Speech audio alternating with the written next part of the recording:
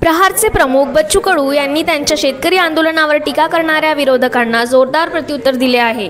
ते म्हणाले की राज्यभरात त्यांच्या आंदोलनाची प्रशंसा करण्याऐवजी बदनामी अधिक केली जात आहे आणि आम्ही मॅनेज झालो असे बोलणाऱ्यांना लाज वाटत नाही का, असा सवाल त्यांनी केला आहे।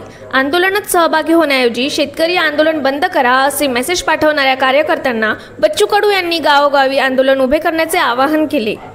कडू यांनी समाधान व्यक्त केले की त्यांच्यामुळे कर्जमाफीचा मुद्दा जो संपला होता तो आज पुन्हा जिवंत झाला आहे। मात्र केवळ टीका आणि आरोप करण्याऐवजी लोकांनी आंदोलनात प्रत्यक्ष सहभाग घ्यावा अशा शब्दात त्यांनी खडेबोल सुनावले। आम्ही 27 पासून आंदोलन सुरू केले आहे। आम्ही मरायला पाहिजे असे काहींना वाटत होते। अनेकांवर गुन्हे दाखल झालेत, माझ्यावर अनेक गुन्हे दाखल केलेत। कोर्टाचा आदेश आला तर आम्ही जेलभरो करायला सुरुवात केली। पुढे बोलताना बच्चू कडू म्हणाले, सक्तीची वसुली आणि वसुली यात फरक आहे। शासन निर्णय आहे की वसुली थांबवा, जर वसुली केली तर बच्चू कडू ठोकणार, असा इशारा कडू यांनी बोलताना दिला। आमचे 7ही नेते आंडूपांडू आहेत का? 30 जून नंतर जर कर्जमाफी नाही झाली तर हंगामा होईल। दुसरीकडे सत्ताधाऱ्यांची बी टीम माझ्या मागे लागली आहे। माझे घर हवा महल आहे असे म्हणतात। या पाहायला एकदा आणि पहा आमचे काय हाल झाले हे आम्हालाच माहिती, असे बच्चू कडू म्हणाले। किती कष्ट केले आमच्या कार्यकर्त्यांनी, किती कष्ट केले। साधा ट्रॅक्टर, त्या ट्रॅक्टरच्या खाली झोपणं, पाऊस आला, मिरची पॉकेट पासून सगळं, त्याचं कौतुक कुठंच होता नाही। 7 दिवस बच्चू कडू अन्नत्याग केलं, त्याचंही कौतुक। 150 सभा एकट्याला घेतल्या महाराष्ट्रात, त्याचंही कौतुक कुठं होतं। तिथं आम्ही कसं झोपलो, काय झोपलो हे त्याचं कौतुक। फक्त काय चुकलं एवढंच पाहायचं। एवढे तुम्ही म्हणजे जसं काही आम्ही टाकाच मानलं तुम्हाला, कोणाचं आम्ही तसं कोणाच केलं अशा पद्धतीचं वाटतंय। कोण शेतकऱ्यासाठी उभं राहील आणि हा डावच अशा पद्धतीने जर तुम्ही वागत असाल तर ते चुकीचं आहे। काही प्रश्न असेल तर तुम्ही विचारू शकता।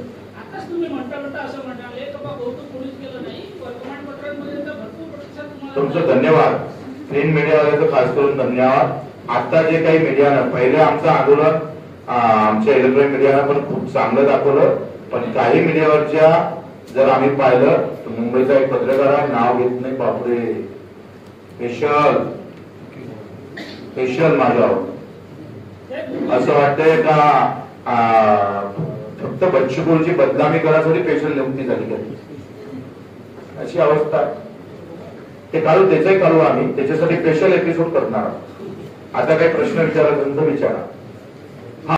जे जे व्हायला पाहिजे, ज्या ज्या गोष्टी सुटलेल्या आहेत त्याच्यासाठी सुद्धा आमची बैठक सगळ्या नेत्यांसोबत होणार आहे। तुम्हाला सांगतो ते पण आम्ही करणार आहोत। आणि आता आपण काय केली, घोषणा करून घेतली तारीख म्हणून। आता ते कशा पद्धतीनं जास्त लोकांना लाभ भेटत त्याच्यासाठी एक आंदोलन करतो, त्याच्यासाठी लढू। पण कॉमेंट्स करणाऱ्यांनी थोडं समजून घ्या, विचारात घ्या। कुठले सुटले पैसे भेटले, 50-60 रुपये, 100 रुपये एका कॉमेंट्स मागे भेटले का लगेच करता तुम्ही टाकताय। 100 रुपयासाठी तुम्ही सगळे विकून जात असाल, काही विचारायचं आहे?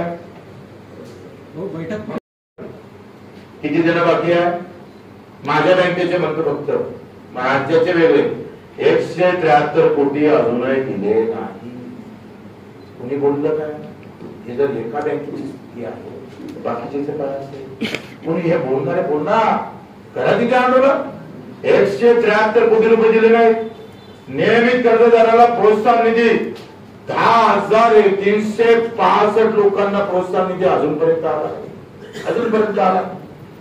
जे कर्जदार पात्र आहे त्याचे पैसे अजूनपर्यंत आले नाही। आंदोलनानंतर यशस्वी ते आंदोलनानंतर ट्रोल होत आहे तुम्ही प्रत्येक ठिकाणी, काय म्हणतात? शेतीलाच परीक्षा द्यावी लागली, त्याच्यानं आमचा काय केव्हा आहे? त्यांना परीक्षा द्यावी लागली लागतंय, असंच असतं। जनता नेहमी आम्ही पाहतो का बरेच वेळा भ्रमात जाऊन, गैरसमजमध्ये जाऊन बरेच आंदोलन जनतेमुळे सुद्धा थांबतं। आणि भारतीय जनता पार्टीचा कार्यक्रम केला त्यांनी व्यवस्थित, बच्चू कडूला बदनाम केला, या नेत्यांना बदनाम केला आमच्या, काय व्यवस्थित त्यांचं आंदोलन कमी होईल, ते ताकद कमी होईल। किंवा एकत्रित झालेली ताकद कमी करायची आहे ना, हे तर साधं सुद्धा उदाहरण आहे। आमची ताकद वाढली शेतकऱ्याची तर त्यांना झोप येणार नाही, प्रत्येक मुद्द्यावर संघर्ष होईल, प्रत्येक मागणीवर संघर्ष होईल। आता बदनाम करून सोडलं म्हणजे विषय संपला। कोण आहे ट्रोल करणार आहे? नागपुरात तुम्ही 36 घंटे चक्काजाम केला, त्यामुळे जिल्ह्यातले जे दुसरे आमदार आहेत त्यांना कुठेतरी वरून आदेश आला असावा आणि तुमच्यावर टीका करत असेल असं तुम्हाला वाटतं का? काही परिसर आहे काही सगळ्या इकडे आता हे मी एक सांगतोय का हे साधं गणित आहे, नॅचरल आहे. सरकारच्या विरोधात बोललो म्हणजे सरकार काय आमच्यासाठी चांगलं करणार आहे का? त्यांची बदनामी झाली किंवा त्यांना अधिकचे पैसे खर्च करावे लागले तर ते आमच्यासोबत चांगलं वागणारच नाही, हे 100% आहे. आणि काही लोक आम्हीच आंदोलन करतोय भाऊ, तुम्ही असताना सुद्धा तुम्ही का करत नाही म्हणून तिकून आम्ही दोन्ही ऐकून ठेसलं जात आहे, अशी सगळी अवस्था आहे. पण आता जे ट्रोल करणार आहेत त्यांच्यावर कायदेशीर तुम्ही नोटीस 6 आम्ही 5 वकिलाची टीम तयार केलेली आहे आणि त्यांना सगळ्यांना आळवं घेऊ. सर मनमोहन सिंग साहेबांनी ते कर्जमाफी दिली तेव्हा ते खरं तर ते धोरण आपल्याला अंमलात आणावं लागेल. त्यांना एका वर्षात 2दा कर्ज दिलं, 20,000 माफ केलं आणि पुन्हा थकीत वाले होते त्यांना कर्ज भेटत नव्हतं, त्याला सुद्धा कर्ज देण्याची मुभा दिली.